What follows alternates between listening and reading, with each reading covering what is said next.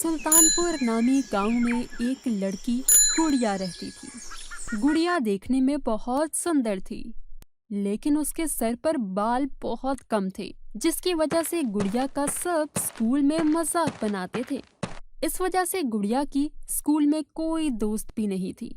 एक दिन गुड़िया स्कूल में अपनी क्लास फेलो के पास जाती है। गुड़िया के जाते ही सारी लड़कियां इधर उधर हो जाती हैं। गुड़िया रोते हुए, मुझसे कोई बात भी नहीं करता, क्या मैं इतनी बुरी हूँ? गुड़िया स्कूल में पड़ी एक कुर्सी पर बैठकर रोने लग जाती है।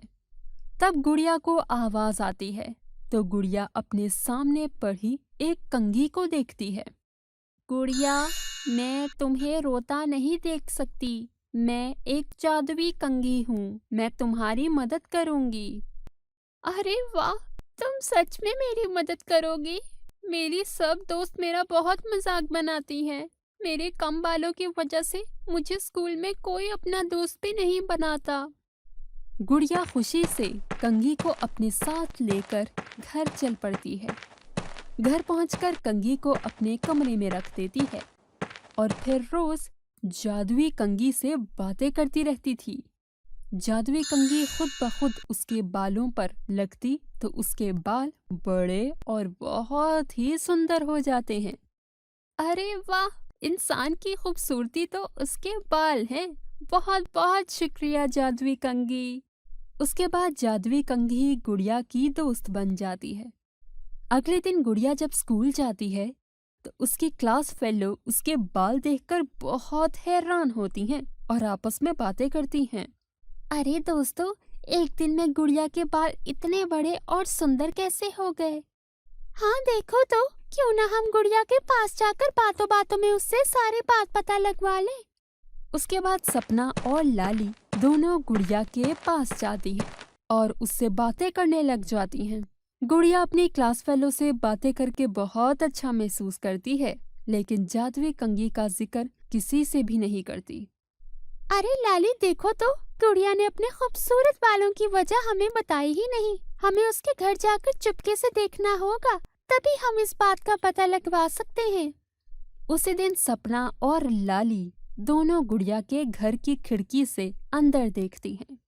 तो तब गुड़िया अपनी जादुई कंघी से बातें कर रही होती है। अच्छा, ये है जादुई कंघी जिसका ये सब कमाल है। हमें भी उस जादुई कंघी का इस्तेमाल करना होगा, फिर हमारे बाल और भी सुंदर हो जाएंगे। सपना और लाली जब देखती हैं कि गुड़िया घर पर नहीं है, तो सपना और लाली गुड़िया के घर जाकर उसकी कंघी चोरी कर लेती हैं और जादुई कंघी को बारी बारी अपने बालों पर लगाती हैं। देखते ही देखते दोनों के बाल जमीन पर गिरने लग जाते हैं। अरे अरे, ये तो हम दोनों के बाल गिरने लग गए।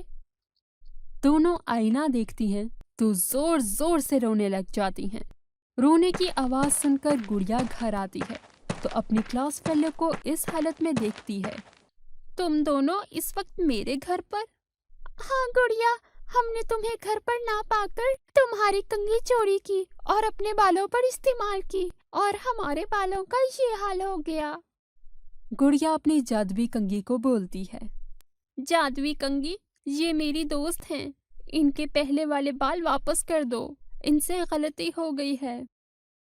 गुड़िया के बोलने पर जादुई कंघी उन दोनों के बालों में लगना शुरू हो जाती है, जिनसे उन दोनों के बाल वापस आ जाते हैं। गुड़िया, तुम बहुत अच्छे दिल की मालिक हो। हमने तुम्हारी गैर मौजूदगी में तुम्हारी कंघी इस्तेमाल की और फिर भी तुमने हमें माफ कर दिया। दोस्तों से बढ़कर कुछ भी नहीं होता। इस तरह सपना और लाली ने गुड़िया को भी अपना एक अच्छा दोस्त बना लिया।